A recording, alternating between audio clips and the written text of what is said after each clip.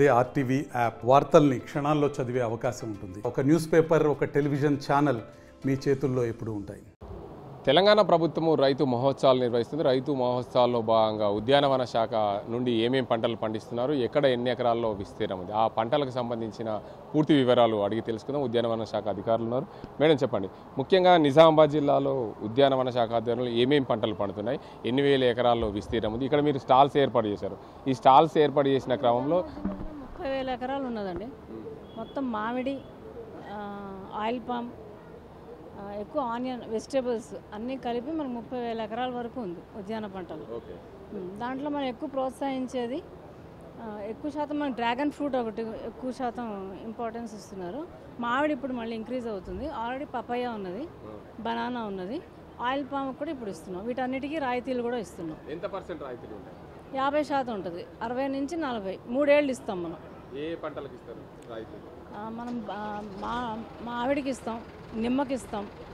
నిమ్మ, మామిడి, papaya, banana, dragon fruit. అది మనకి మళ్ళీ సార్ కమ్యూనికేట్ చేస్తారు. 60-40 ఉంటుంది. 3 ఏళ్ళు ఇస్తాం. ఫస్ట్ 60% ఇస్తాం, తర్వాత 20%, 20% ఇస్తాం.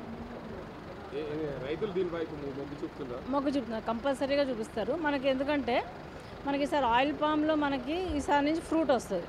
ఆయిల్ పామ్ గురించి చెప్పుకుంటే ఈసారి నుంచి మనకు ఫ్రూట్ వచ్చే అవకాశం ఉన్నది. ఆ ఫ్రూట్ రేట్ కూడా ఎక్కువ ఉన్నది కాబట్టి మనకు ఆయిల్ పామ్ వేవ్ ఎక్కువ మొగ్గు చూపుతున్నారు. ఇంకొకటి మనకి హార్టికల్చర్ ఫ్రూట్ క్రాప్స్ అని అంటాం మనం. ఆ ఫ్రూట్ క్రాప్స్ కూడా మంచి డిమాండ్ ఉన్నది. అది ఇప్పుడు ఎక్కువ వెజిటేబుల్ కల్టివేషన్ మనకి ఇప్పుడు బోధనలో కూడా మనకి పండాల్స్ ఇస్తున్నాం. ఎమ్మెల్యే సార్ తోటి మనకి పండాల్స్ ఒకటి ఇస్తున్నారు బోధన కాన్స్టిట్యుయెన్సీ. దాంట్లో కూడా తీగ జాతి కూరగాయలు మనం పెంచుకోవచ్చు. కూరగాయల విత్తనాలు ఇస్తారా? విత్తనాలు ఇప్పుడు మనకి ఇంకా రాలేదు. నెక్స్ట్ ఫైనాన్షియల్కి చూడాలి. ఇప్పటివరకు అయితే విత్తనాలు రాలేదు. మనకి కూరగాయ విత్తనాల కన్నా మనం ఏం చేస్తున్నాం అంటే మనకి నారు పెంచిస్తున్నాం. సియో జీడిమట్ల ములుగులో నారు పెంచిస్తున్నారు.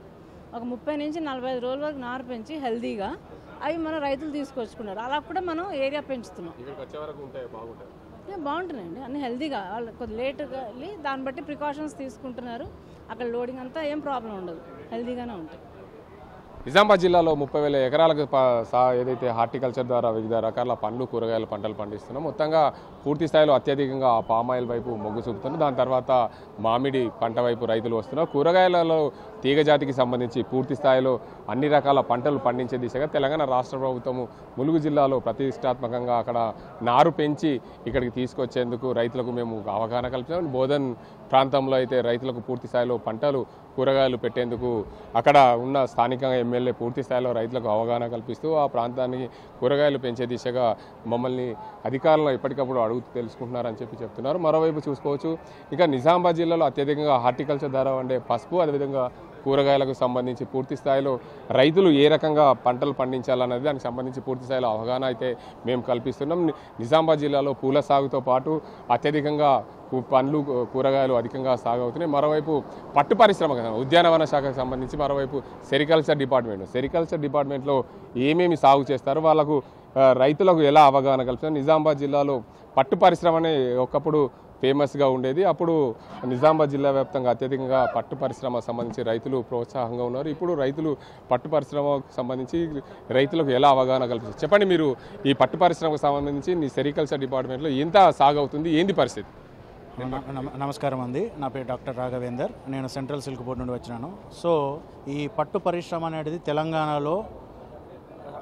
తెలంగాణ ప్రాంతంలో ప్రతి జిల్లా కూడా అత్యంత అనుకూలమైన ప్రదేశాలండి. ముఖ్యంగా ఈ నిజామాబాద్ జిల్లా ఈ పట్టుపురుగుల పెంపకానికి చాలా ఉత్తమమైన ప్రదేశం. దీంట్లో ముఖ్యంగా సాయిల్ అనేది చాలా ఫీజబుల్గా ఉంటుంది మల్బరీ ప్లాంటేషన్కి.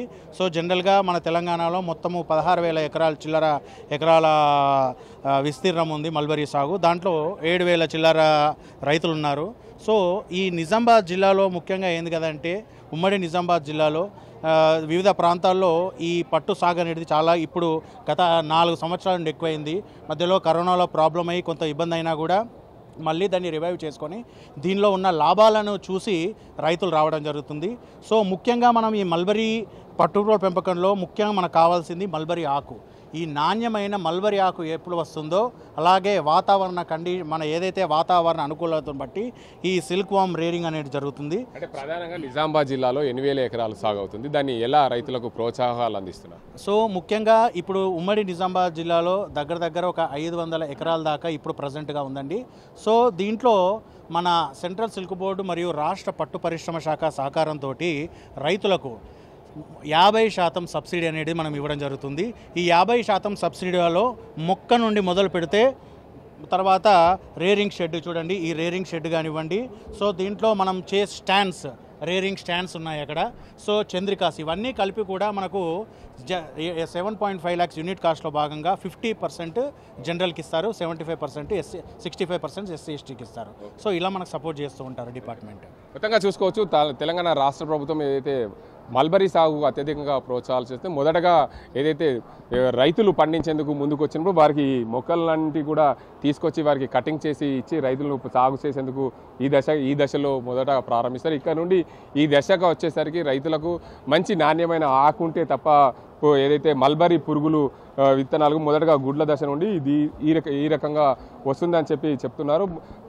ఇది మొదటి దశ, ఇది రెండవ దశ, ఇది మూడవ దశ. తర్వాత దీనికి అంతకు సంబంధించి పట్టుగుళ్ళ పెంచేందుకు షెడ్ కూడా ఏర్పాటు చేయాలి. ఆ షెడ్ ఏర్పాటు చేసినప్పుడు అందులో కేవలం పట్టుగూడ్లు ఉండే విధంగా ఏర్పాటు చేసుకోవాలి. పట్టు గూళ్ళకు సంబంధించి చూసుకుంటే దీనికి అంతకు సంబంధించి ఏదైతే పట్టు పురుగులను తీసుకొచ్చి మూడవ దశ అయిన తర్వాత చివరి దశలోకి వచ్చినప్పుడు దీంట్లోకి తీసుకొచ్చి పెడితే ఇలా గుడ్డు ఏదైతే పట్టు ఇలా తయారవుతుందని చెప్తున్నారు. మొత్తానికి పట్టు తయారు చేసేందుకు కేంద్ర రాష్ట్ర ప్రభుత్వాలు పూర్తిగా 50% సబ్సిడీ మీద రైతాంగానికి అందించే దిశగా ప్రయత్నాలు చేస్తుంది. దీనివల్ల ఎక్కడ కూడా ఎవరైనా సరే పట్టు పురుగుల పెంపకంకి సంబంధించి రైతులు ముందుకు వస్తే కనుక పూర్తి స్థాయిలో దీనికి అంతటికి సంబంధించి పట్టు పురుగుల పెంపకానికి సంబంధించి జీవిత చక్రం దానికి సంబంధించి చూసుకుంటే మొదటగా అలాంటి ఏదైతే డయాప్రాగ్ అనే గుడ్లు మనకు ఇస్తారో అవి ఇచ్చినప్పుడు దానికి సంబంధించి పూర్తి స్థాయిలో ఈ 6-7 దశల్లో ఎలా ఉంటుంది, 6-7 రోజుల్లో ఎలా ఉంటుంది, దాని తర్వాత 2-3 రోజులకు ఎలా ఉంటుంది అనే దానికి సంబంధించి పూర్తి స్థాయిలో